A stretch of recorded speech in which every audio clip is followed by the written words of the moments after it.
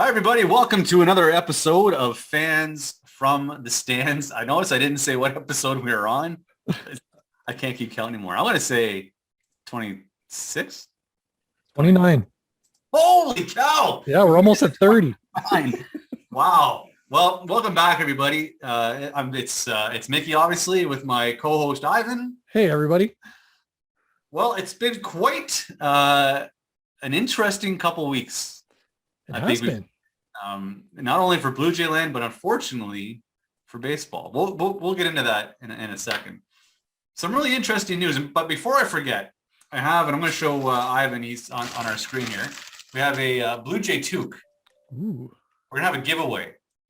So if you like and share the post with this toque on it, I'll post that when the podcast gets uploaded. If you like, share it. You'll be in a draw to win this Blue Jay toque. New era Blue Jay toque. I'll even mail it. Nice. Provided you don't live anywhere internationally. I'll mail it to the States, just not anywhere overseas. Anyways, let's go on. Let's start off. Big news in Blue Jay land today. I guess we can say Vladdy Jr. won another award. Another award. He's been racking them up this year, eh? Right. So he won the Tip O'Neill Award.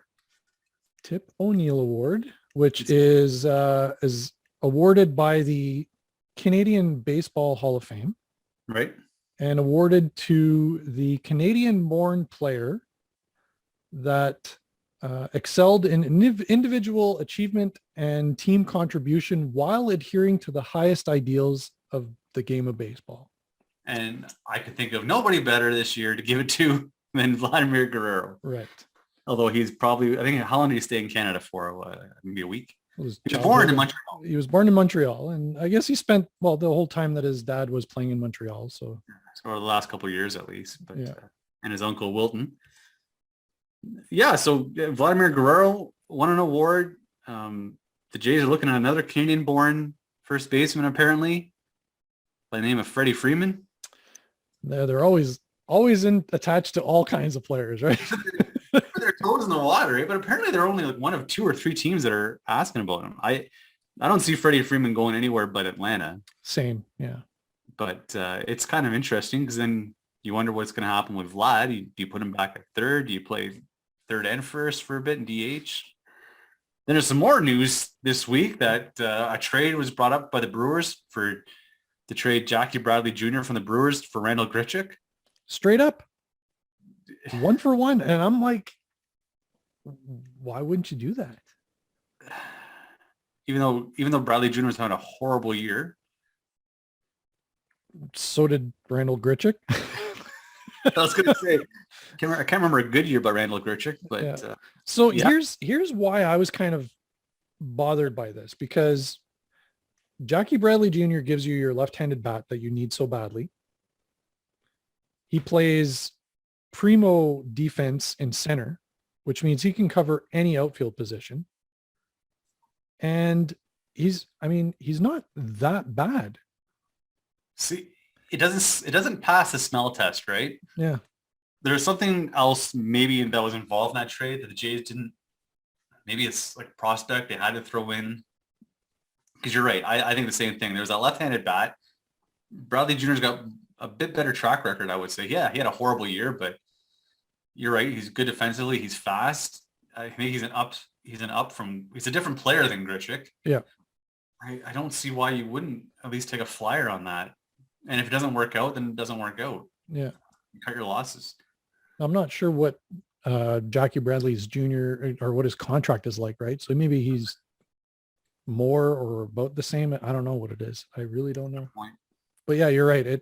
There's something there that just, yeah. And it could just be one of those baseball rumors that never really had legs, but true. Which happens a lot. And I guess we'd even start off with the biggest, what would have been, I would say probably a couple of years ago, would have been the biggest signing, right? We signed this guy for $110 million. So we signed Gossman, who I think I said this last year, would end up being a Blue Jay. Yep. He is a Blue Jay. We just spent $110 million to get him. And you know what? I am really happy that they managed to get this guy. Okay, why is that?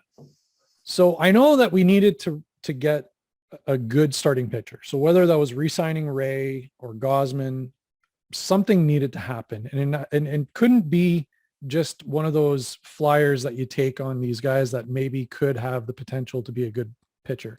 It had to be somebody with a decent track record. And by far, Gossman was the second big fish on the list, right behind Ray. I mean, not talking about like Scherzer, which we knew these were going to be short contracts, like Scherzer and Clayton Kershaw and all that stuff. Scherzer's 3-year contract that Trevor Bauer took credit for. Yeah. Right. I'll go with that in a second. But yeah, let's go back to Kevin Gossman. So this is a really interesting deal for the Jays. And I think you're right. I think we both thought this. They were going to get one of the two. Yeah. Because I don't know about you, but I wasn't surprised when they signed Gossman. Mm-mm. And I wasn't surprised they lost Ray. So for those of you who've been living under a rock, Robbie Ray signed with the Mariners for a 5-year, $115 million deal. Jay signed Kevin Gossman for a 5-year, $110 million deal. Pretty much even. Right. And let's dive a little bit more into those contracts, right? Robbie Ray's contract is actually, he can opt out. It's opt out after 3 years. Yeah. And he's got a 2-year player option. So the Jays are actually, to me, getting a better deal. They are. They're getting their guy for 5 years. Where Ray could say, after 3 years, I'm done. Pitches really well, or I'm out of here. I'm going to get more money. But here's, it's funny how even these guys are though, right? And how the Jays kind of I'm really curious to know what the thought process, and we'll never know what the thought process was with Ross Atkins and Mark Shapiro about who they were going to get. Were they playing off? I've heard, and this again, rumors that we heard that Robbie Ray's team was playing off, trying to get more money from the Jays, and the Jays said, "Oh yeah, you know what? Yeah, stick it. We're going to go with Gossman." And I think that's the same rumor I heard, and I think that's exactly what was happening. Is that Robbie Ray was like, well, they're offering this much, and I got a player option, and the Jays were probably like, we don't want to give you an option. No. We want you. You're going to stick around. And I think, and I don't know the thought process, and maybe you have to cut out all feelings, but we're the ones that kind of made you, right? Yeah. We resurrected your career. You're welcome. And I guarantee you that Pete Walker was highly involved with the front office to decide whether or not who to go with. And I think what we talked about last time was that, with how he kind of petered off at the end, how the Orioles hit him hard. Yep. And I think you sent me that stat. We were texting about this last week. He was 1-2 with a 5-something ERA in his last 3 starts. Yeah. So there's maybe the Jays are kind of, and we're kind of speculating. Maybe the Jays are a little scared of that pretty much his last month wasn't spectacular. Yeah.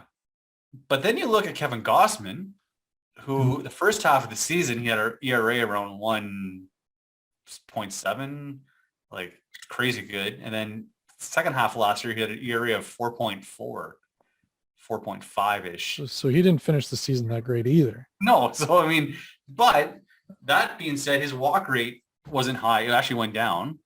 So is there bad luck probably mixed in that with Gossman? Yeah. So maybe you still give him the benefit of the doubt. And I think what's happened also is that we have to remember that Robbie Ray is a 2-pitch pitcher. Fastball, slider.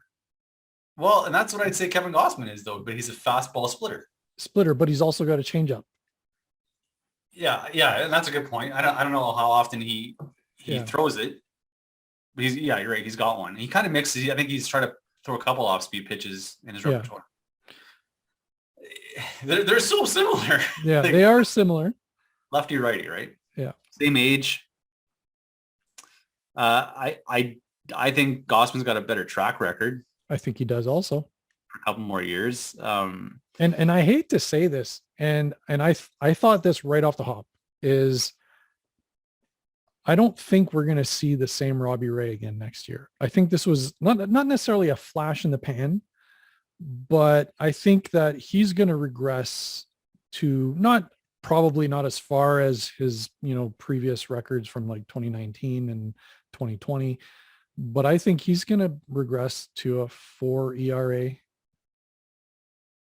It's going to give you a lot of innings, but I think he's going to go back up to 4 ERA. I hope he doesn't. Like I truly hope the best for Robbie Ray.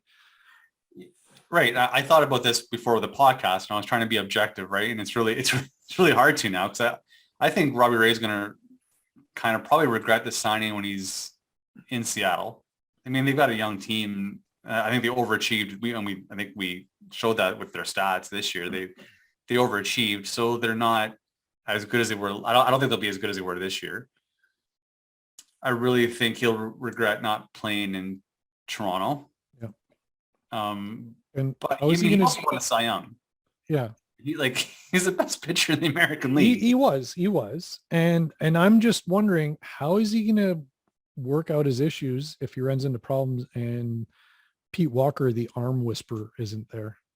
Exactly. Right. And I guess we'll find out pretty quick how much influence Pete Walker had.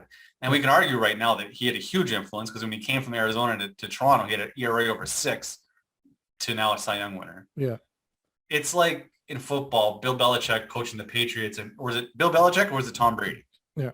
And Tom Brady goes to Kansas City, wins the Super Bowl, but now the Patriots are in first place with Bill Belichick. So, I mean, is it one or the other, right? And right. Maybe we'll never know, but I have a feeling you're right. You're exactly right. I think his ERA will be closer to 4 than it will be to 3. And he'll probably regress. Yep. And it's unfortunate, because I think Robbie Ray was fun to watch in Toronto. Yeah, he was. I'll miss the guy. He was a 2-pitch pitcher. And when you lay off that slider, or it's not located, you'll see what happens. Look at Baltimore. Yeah. They're laying off his slider, and then they're crushing his fastball. And exactly. Gossman's got a 94, 95 mile an hour fastball. So he's about the same. I think Ray's a little bit faster. Yeah. I think the thing you look at, though, is that Robbie, once you get older, right, you lose that mile an hour or 2 miles an hour on your fastball, and especially your slider. Yeah. That's a big difference when you lose it on your slider. It means it's not breaking as much. See, and Robbie Ray increased his velocity last year over the year before. Right. Because he went out and worked out. Because we saw the difference in, the one arm. I always found that funny. One arm is like stretching the cuff of his like sleeve, and the other one is just normal. And it was really funny to see. I thought you were going to say his tight pants. It was tight pants helped him out too. Yeah, I'm going to miss that. See, I bought a shirt with Robbie Ray on it, and what happened? Find somewhere else. Freak. Yeah, I don't know. I have a feeling. I like Kevin. I like Kevin Gossman. I'm excited to see what Kevin Gossman brings to the Jays. Yeah. So, do we have an ace? Well, at this point right now, we've got, instead of going with a number 1 and then a 2 and then maybe a 3-4 kind of thing, we've gone with 3 number 2s. Yeah, like 3 number 2s and like a little bit number 3 mixed in there. Yeah. Sorry, go ahead. Yeah, because we've got Barrios, who is a top of the order rotation guy. Might not be an ace, but he's the next best thing. You've got Gossman, if he repeats what he did last year, because his stats were eerily close. I don't know if you looked at the stats, but if you look at his stats compared to Robbie Ray, they were like right neck and neck with one another. Well, Gossman was number 6 in the league, or in baseball ERA. Yeah. And Ray was number 7. Yeah. I mean, yeah. And so you've got Gossman, and if he pitches the same way, you've got him, who's maybe not quite an ace, but he's the next best thing. And then you got Ryu, if he can return to his, former self, because I don't know if he was dealing with injuries or whatever at the end of he just started to stink it up at the end of the year. Yeah. But he's a 2, maybe a little bit lower, a 3. And then you got Manoah, who's a 2, possibly a 3, right? If Manoah pitches the same way. And then you have maybe Pearson, Ross Stripling. Stripling, right? Or the Jays, and then I'm sure the Jays aren't done yet. No. I don't know if it'll be in signing a back end guy. So we should mention now, I guess, that Steven Matz signed with the Cardinals for $11 million a year over 4 years. So $44 million. Did you like, what are your thoughts on that? Well, you know what? Like I'm sad to see him go, but it's not like the end of the world. Right. Because he pitched great last year. You can't, knock. He did a good job. He kept the team in the game most of the time. And to see him go, well, I mean, that's innings that you have to replace at some point. But is Steven Matz more than a number 4? No, he's a 4 or 5 guy. So that'll be my point. I'd have a hard time if the Jays signed Steven Matz to a 4-year, $44 million deal to be their number 4 or number 5 guy. And only because, I mean, yeah, his stats look pretty good. I mean, he had a 3.90 ERA, I think. Yeah. Like I think I mentioned a couple podcasts ago, he got hit a lot. I mean, he gave up a lot of base hits. And I just don't think you're paying, I mean, I don't know. I don't think you should be paying your number 4 or 5 guy $11 million a year. Right. I mean, maybe you can for 1 or 2 years, but certainly not for 4. Yeah. I really think the Jays are going to go in a different direction. Probably try to find a guy like they did with Steven Matz, off the bargain heap, and try to do a reclamation project. I mean, I don't know how many times you can catch lightning in a bottle, but maybe you'll catch it again. Maybe or a free agent, minor league deal. Yeah. And the fact of the matter is, we don't know what Nate Pearson's going to do now that he's, recovered from his hernia. And because obviously Nate Pearson has some serious potential. Well, if you look at Kevin Gossman's career and you kind of compare it to Nate Pearson's career, they look eerily similar. Yeah. Right? So, because Kevin Gossman was a high draft pick as well, not big prospect, didn't pan out. I mean, people forget Kevin Gossman was non-tendered 2 years ago. I mean, that's when the Jays first wanted him. Yeah. He decided to go to San Francisco instead. So it kind of looks, and then he resurrected his and then we had one good year in San Francisco. Jays tried to get him again. He decided to accept the qualifying offer, and then look what happened last year. Yeah. Nate Pearson's kind of that same mentality. Like, he's kind of following that same kind of career path, right? And he's got all this potential. So maybe Kevin Gossman can kind of put his arm around him and be like, hey, my career is exactly like yours. Yeah. And with his velocity, like he's tipping at like 103. Like, you just can't give up on him, right? You can't. And we're not, I don't think anybody is. I think we're a little disappointed that he's not we thought he was going to be an ace. Yeah. Probably unfairly we thought he'd be by now he'd be the ace Toronto always wanted. And he hasn't panned out that way, but he's only 24 years old. Yeah. And we see the flashes every once in a while where he'll come in and he's lights out. Well, that's as a reliever, of course. But I mean, we've seen it where he's like, wow, he's like unhittable right now. And then he comes back and he walks like 3 guys and gives up a home run. And you're right, though. He's still fascinating. I mean, he could be, he could still be that number 5, number 4 guy this year and turn it around, right? And I really hope that's what happens. Go ahead.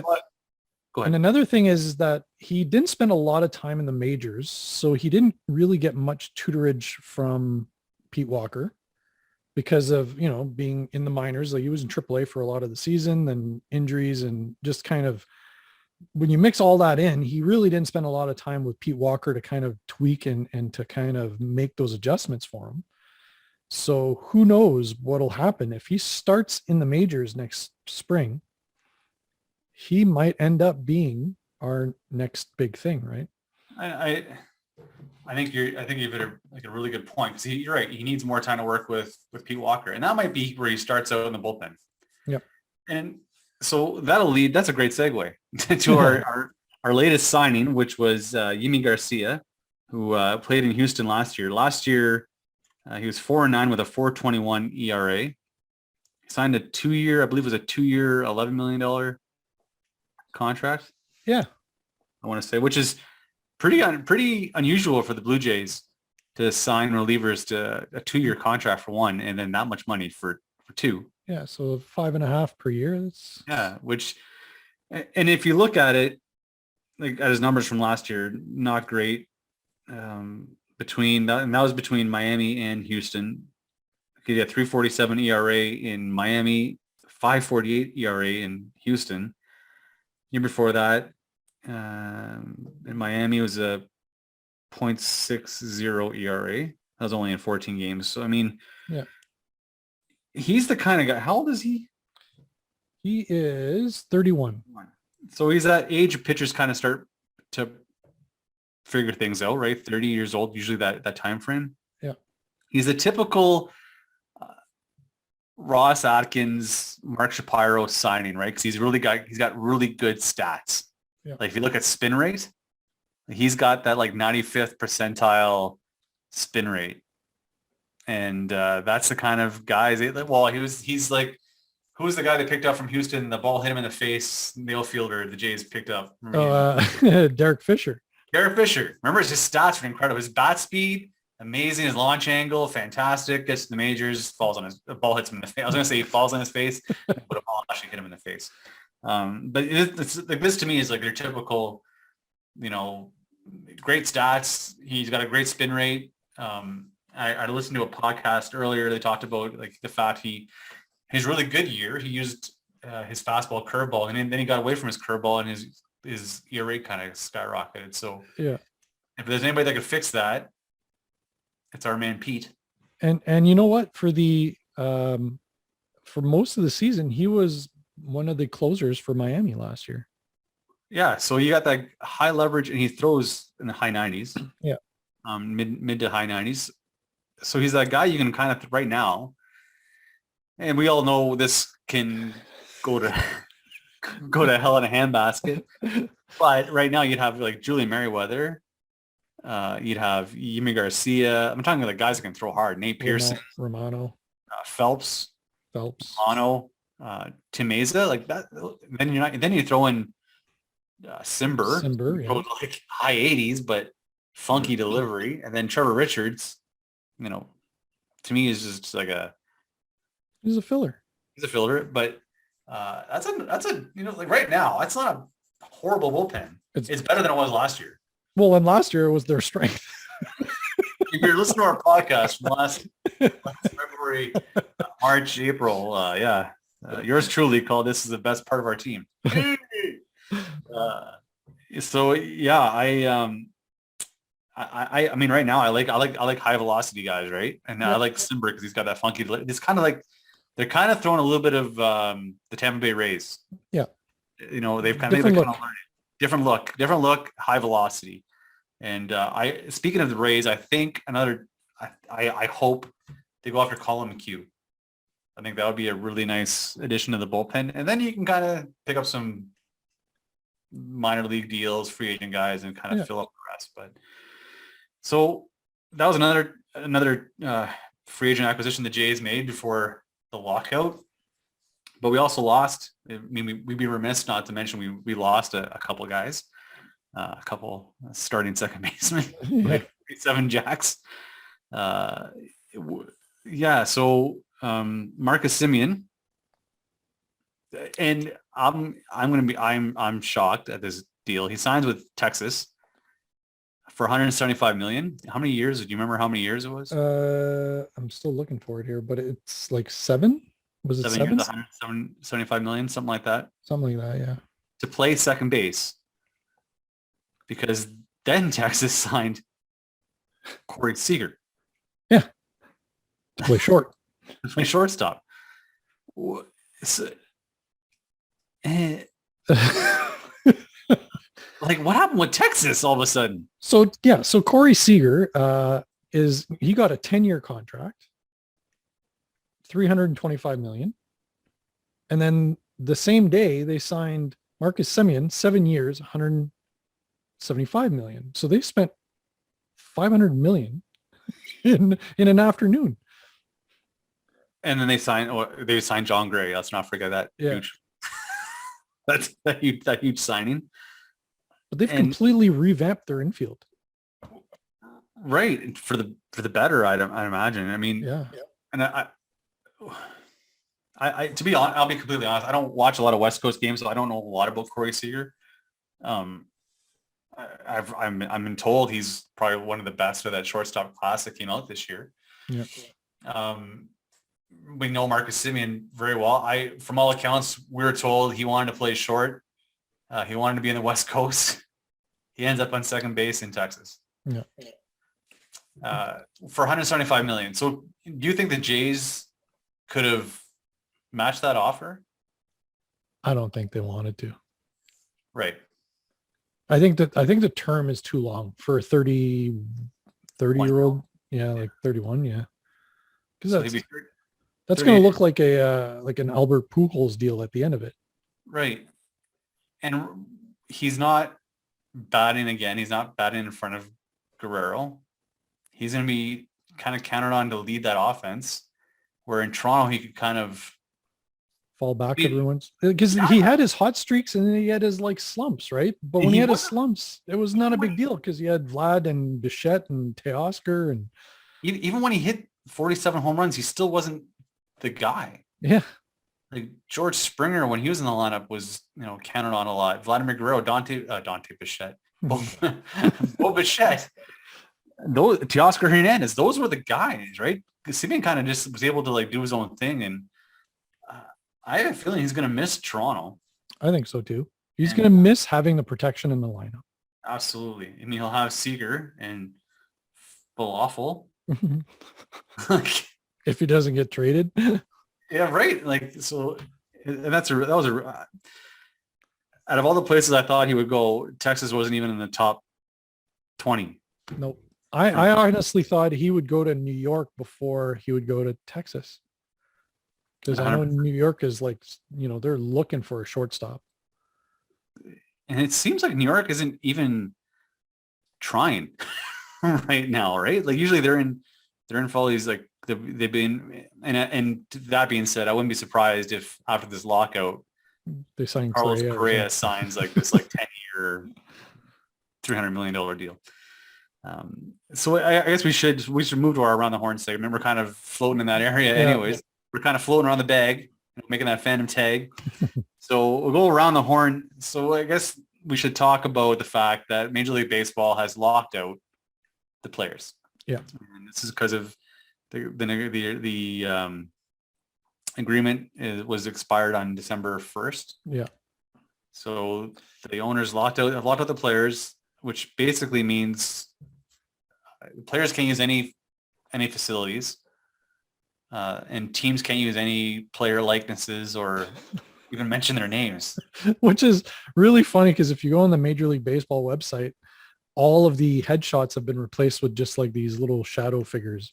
Generic. If you've ever played like MLB The Show or like a PlayStation game and like the generic free agent, that's what they look like. It's like a shadow, the gray silhouette of a face, and then even if you look at like team promotions and stuff, they don't mention like it's not Vladimir Guerrero Day in April. It's going to be like Pudgy Dominican first baseman day. Like they can't mention names, and so players can't use facilities though, which I find like the Jays has spent all this money in this beautiful complex to help rehab, and no player can use it right now. And who was it? There was one player. Oh, it was Jameson Taillon of the Yankees, who was rehabbing an injury. Yeah, he's like, I just had surgery and looks like I'm rehabbing myself. That's it. And he's got to find his own doctors, right? Because he's not allowed to associate with the team. So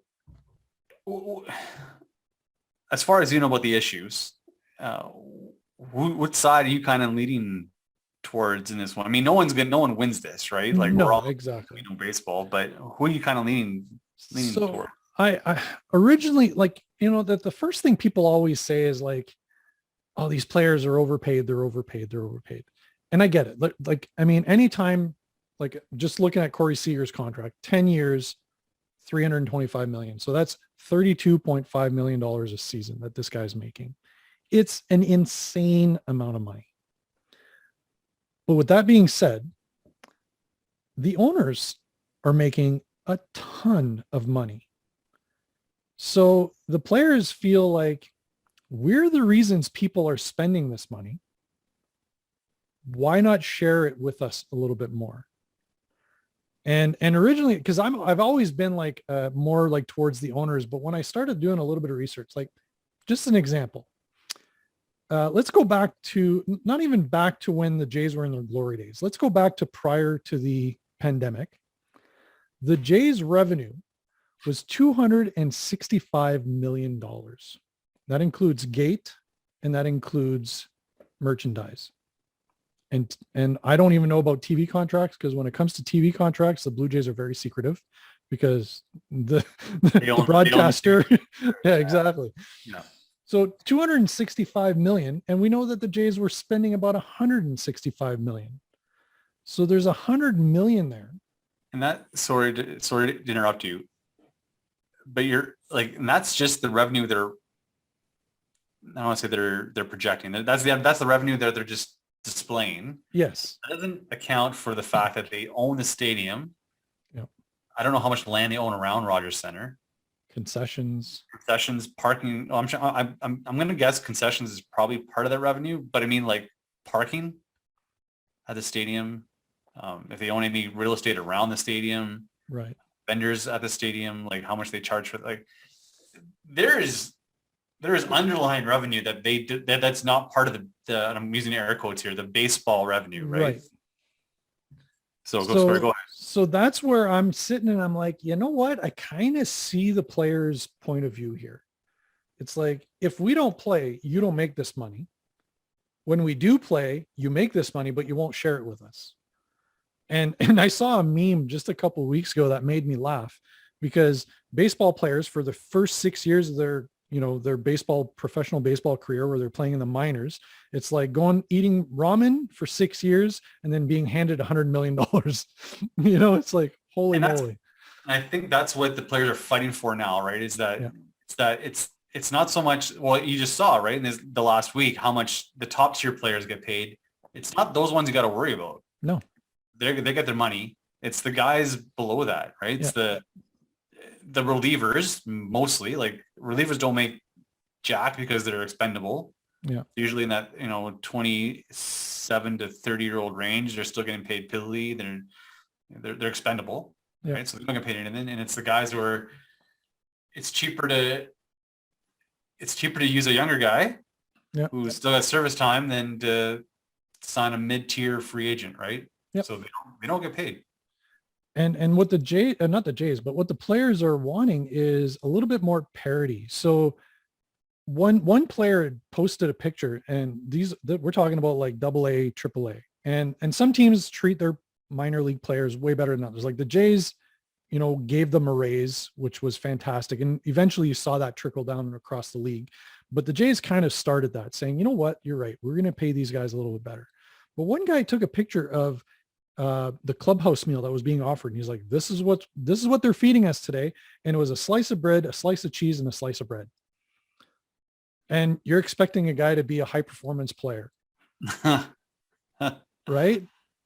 Right. Yeah. So, and I'll play devil's advocate after this comment. So revenue sharing, so this luxury tax, right? You go about the luxury tax, you got to give so much money back to Major League Baseball, which distributes that money to the lower income teams. Right. Like your Pittsburghs, your Tampa Bays, your Minnesotas. Nothing in the collective agreement said that money that was collected had to be spent on player salary. Exactly. So these owners are like, let's take Baltimore, for instance. They're paying their team less than Max Scherzer is going to make this year. Yeah. And they're going to collect money from Major League Baseball to tank. Yeah. And I think we've talked about this a lot this past year, how it's that Houston Astros template, right? Where you tank for 3 years, tank for 4 years, build up your farm system, and then have a great team. Yeah. Well, your fan base really suffers for those 4 years. You got to watch a double A team playing at Major League Stadium. Right. And that's kind of like what Detroit did for the past couple of years. But let's play devil's advocate. So I'm the owners, and you're saying, well, you pay us to play. Maybe people come to watch us. Well, who takes all the liability? Right. The owners do. So I actually listened to a podcast about this whole issue. And they said, well, I'd like to see the owners don't disclose how much money they make. Well, they shouldn't. Why should they? Like they're first and foremost, they're business guys. Yeah. Right. They're there to make money. That's why they bought a team. If you didn't want them to own a Major League Baseball team, you shouldn't have let them have one. Right. There's nothing saying that you have to be fair.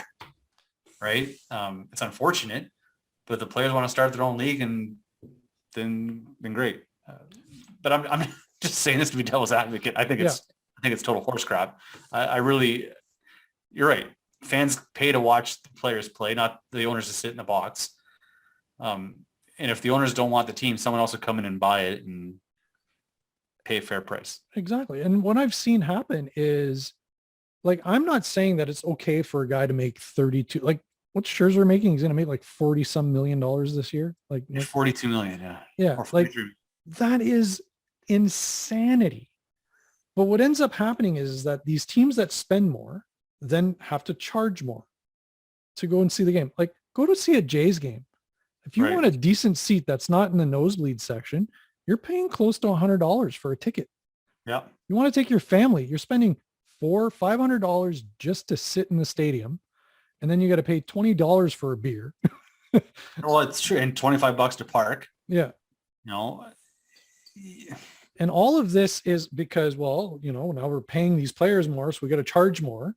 And it all kind of follows itself, right? If you were to look at the curves of both the cost versus the pay or the salary of the players, everything's gone up, proportionally.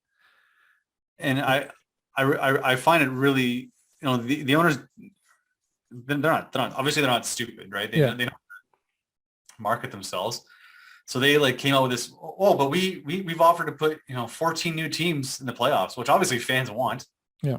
You want and they've said we've offered the universal DH, which the players wanted originally. And we've also decided to shorten the season to 154 games to help the players.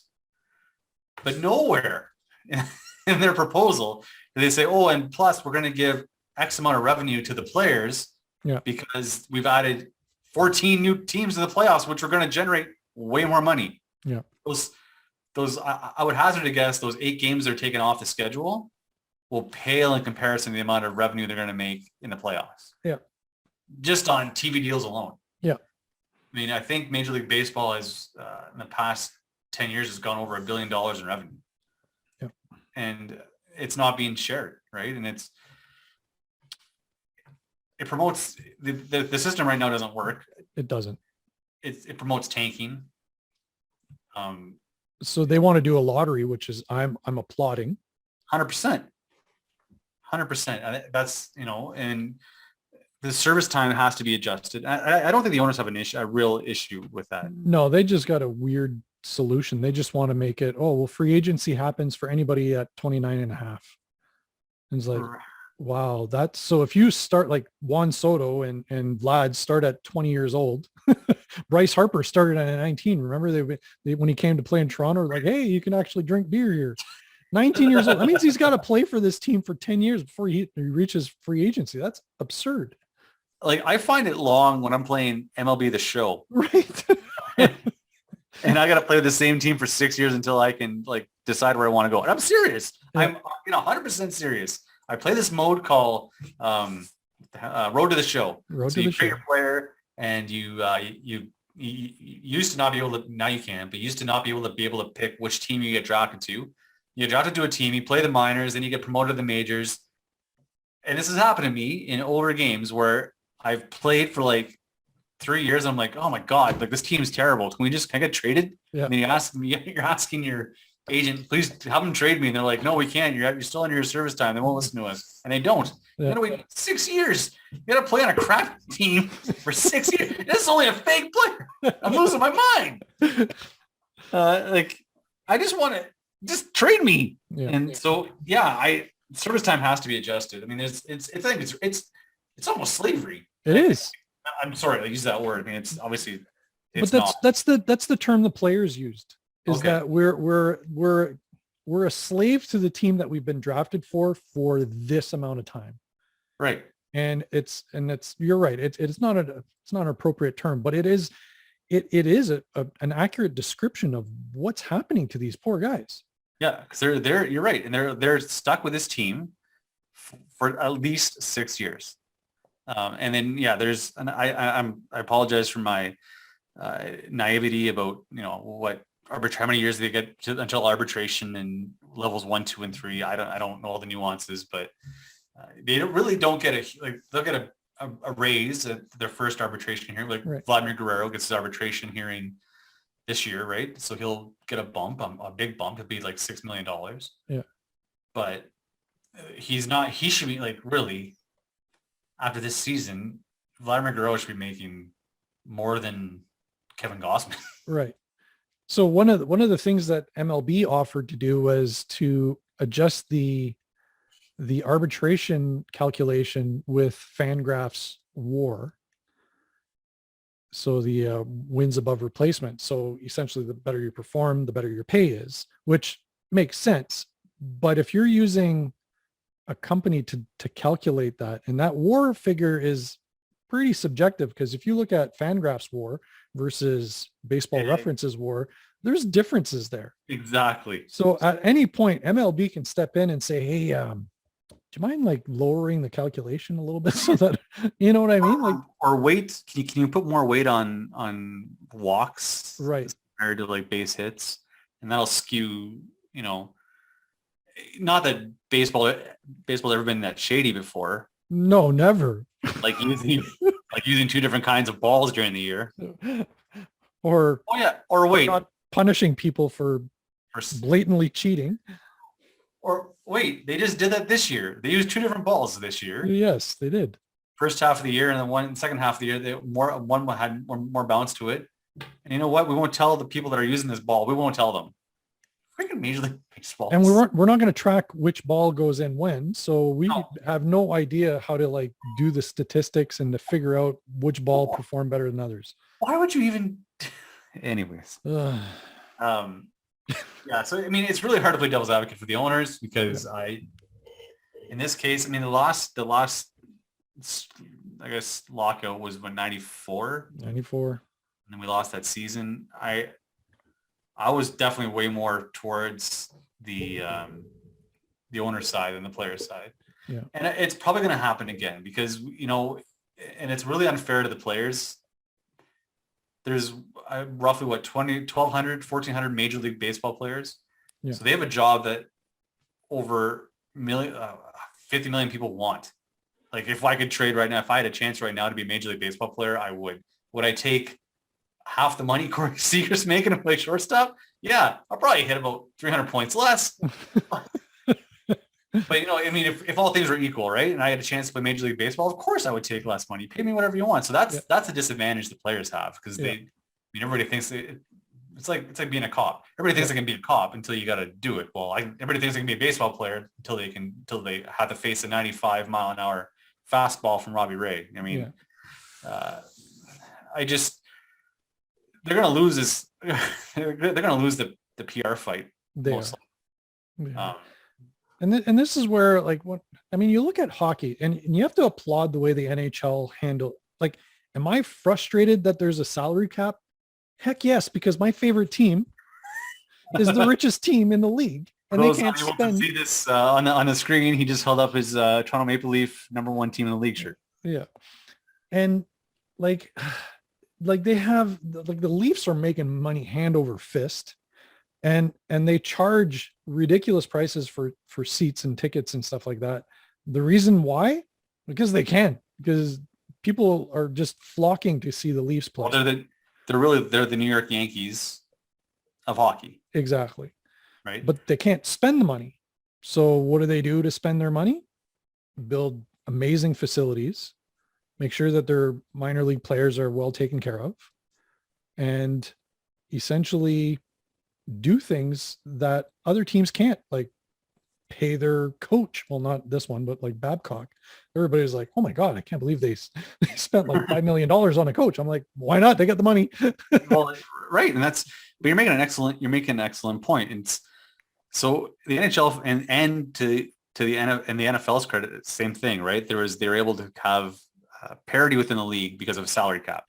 Right. This is how salary caps work, because there's a floor you have to spend to, and then there's a maximum. So I'll hold up my shirt, which is the Ottawa Senators. They're spending the floor. Yeah, exactly, right? And they'll never be able to compete with the Toronto Maple Leafs, but at least the salary cap gave them a fighting chance, I want to say. And you're right, it'll never be equal. Like the league can't punish the Leafs for having lots of money on revenue and then no, you can't spend money on building a beautiful facility or workout facility or spending money on coaches or your minor league system. I mean, same with the New York Yankees, right? The New York Yankees they'll probably go over the luxury tax. Sometimes not. They'll just hit the max level, but they'll spend a lot on international scouting. Yeah.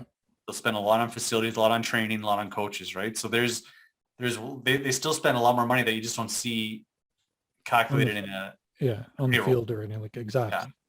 So as much as I love baseball, I love the parity in other sports, right? And I love the fact that in football, well, except for, I guess, and it's my team, the Patriots have kind of dominated football, not dominated, but have been the premier team for the past 20 years compared to, look at hockey. There hasn't really been, when's the last dynasty in hockey? There hasn't. Tampa Bay, I guess you could say now, maybe. Yeah, because they've won a couple in a row and they've always been in the fight. But they've also found a way to circumvent the cap. They have, and the Leafs tried to last year, and I won't even go to what happened last year. But yeah, like. So I mean, I don't know what the point of this baseball's not like that. Baseball's got to find a way to be, and we're speaking on behalf of Jays fans who are like, we're mid-level spenders, right? Like we'll never be high mid. yeah, exactly. Like we'll never be the New York Yankees or Boston Red Sox. Yeah. Unfortunately, they're in our division, but we're also not going to be the Minnesota Twins, Pittsburgh Pirates, Baltimore Orioles. But even Baltimore used to spend. They spend when they want. So, right? and the Jays, like, they're in the top third of the spenders, so they're usually in the top 10. Right. And they haven't been in the bottom in a really, really long time. Which is, which is good because that's proportionate to what their owner has, right? Right. I guess I wish there was more parity in baseball, and that would hurt Toronto, but it would kind of help like the Pittsburgh Pirates. Yeah. But to be honest, I don't even know if that would help them. Like, and that's the thing, right? Probably be the Ottawa Senators of the National League, right? Like, where they might have a year or two where they're really good, and then we got to look. Here's a prime example of how the system's not going to work for Toronto's favor. Eventually, we all know this. We're going to have to pay Bichette and Guerrero. Yeah. That is going to. How much do you? That's exactly it, right? So I know, and here's the thing, right? They can't just say we're going to do a hard cap at this, kind of like hockey, because all of a sudden everybody's pay is going to have to get cut. Right. But with the owners are trying to bring in the like cap floor, saying like we're going to spend at least this much, but we don't want to spend more than this much. and that could help bring a little bit of parity. The problem is that you're still going to have and that floor was like 48 million, I think they said. And then the cap was 5 million more than Max Scherzer's contract. Exactly. And we're talking like, well, how many teams are below that? Maybe two? Like the Rays not anymore because they've been paying some guys, but like you're talking like Miami, and there's a lot of teams that aren't paying a lot of salaries right now, right? Right. And I guess we should mention, we haven't mentioned it yet. Wander Franco signed this huge 12-year contract. Yeah. Below, I would say what his market value if he was hit free agency today, we would have got paid a lot more. Yeah. So you're paying for potential, right? Which is strange it's kind of strange for Tampa Bay to sign a player. Yeah. Say for that much money, but I'm just going to say just a player. So I don't, yeah, I don't know what the solution is. I mean, I'm guessing they'll work this out. I mean, from all accounts, this isn't gonna go to spring training. This is gonna most likely be resolved before that. Fingers crossed. You know, well, we have a podcast. We're going to talk about. So this is going to end before spring training. Hopefully, will everything be resolved? Probably not. I think we're going to end up with a 14-team playoff, universal DH. There'll be some kind of compromise with free agency, but I don't see the players. Let's face it, baseball can't afford to miss games. They can't. And 94 has proven that, because baseball died in 94 and it wasn't revived until the Sammy Sosa, Mark McGuire home run fiasco. That was what? 98? Yeah. So it suffered for 4 years. We just can't afford to have that happen, right? But I guess the good thing is there's no real, like, I think back then it was, they wanted a salary cap. That was which is, it's kind of ironic that the baseball is the only sport that doesn't have like a hard cap. Yeah. Like basketball's got a soft cap. Football's got a hard cap. Hockey's got a hard cap. I don't know. Like I said before, I don't know if that would help baseball or not. And I think the players would be okay with it. Like if they, like the revenue sharing, like maybe it doesn't have to go to the players that are in the majors right now. But I think the players are fighting for some of the young guys that are coming up through the minors, because that's a hard road. That's the longest development time. Like if you're looking at hockey, you get drafted at 18 and usually the following year or the year after that, you're playing NHL hockey. Baseball, you sit in the minors for 3, 4, 5, 6 years sometimes. I think that's because, and you can argue this point for sure. In hockey, when you get drafted, you kind of know what you have already. Yeah. Right. You have that known commodity. This guy can skate. This guy's got a good shot. He's got to grow into his body a little bit, but he'll be a good NHL player. Connor McDavid, we knew was going to be a great hockey player. Austin Matthews, we knew was going to be a great hockey player. Like we knew that. Baseball doesn't have that. No. Right. Like, look at Kevin Gossman. It took Kevin Gossman 10 years before he got $100 million contract, because it took him that long to develop, right? And some guys, perfect example, right? Like it took him that long to develop. Baseball, I find, and you can argue this, or people can respond. It's harder. That development, it could happen, it couldn't. Yeah, you don't have that known commodity. So if I'm an owner, I don't know if I want to .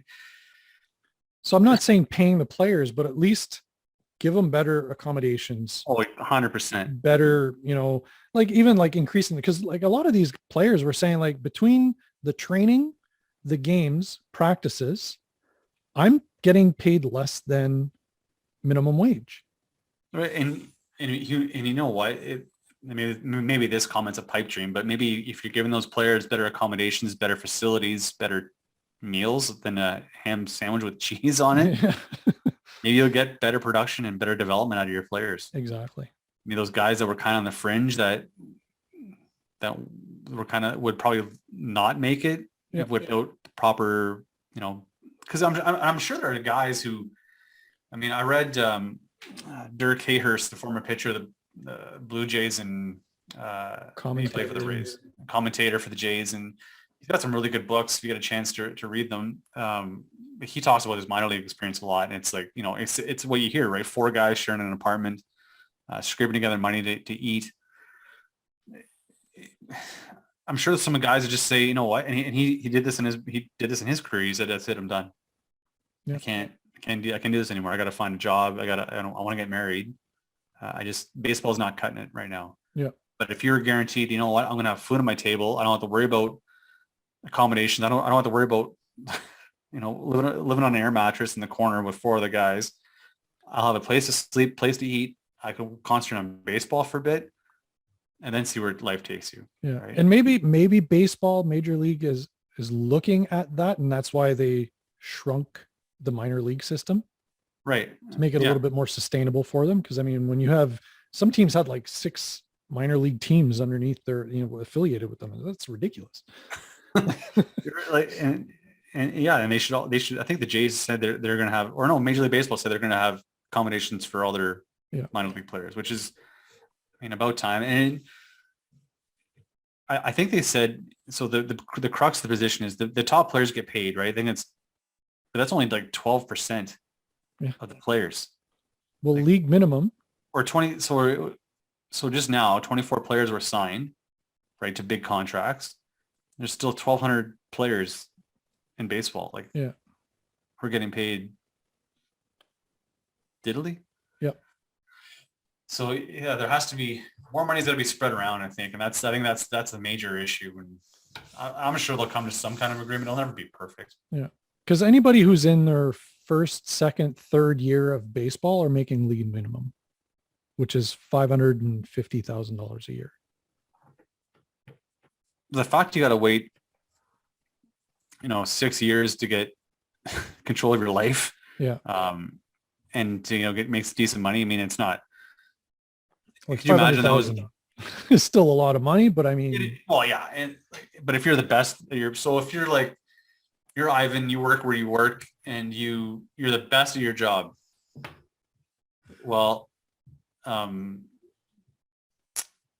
you should be paid the best of your job, right? Yep.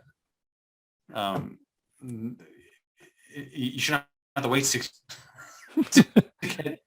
because there are other guys that are okay, but you're better than them. Yeah. But we're gonna wait 6 years before you can we're gonna be entry level, your entry level pay. We're gonna wait 6 years till we bump it up. Yeah. Maybe year 3 we might give you a little bit more money. Yeah.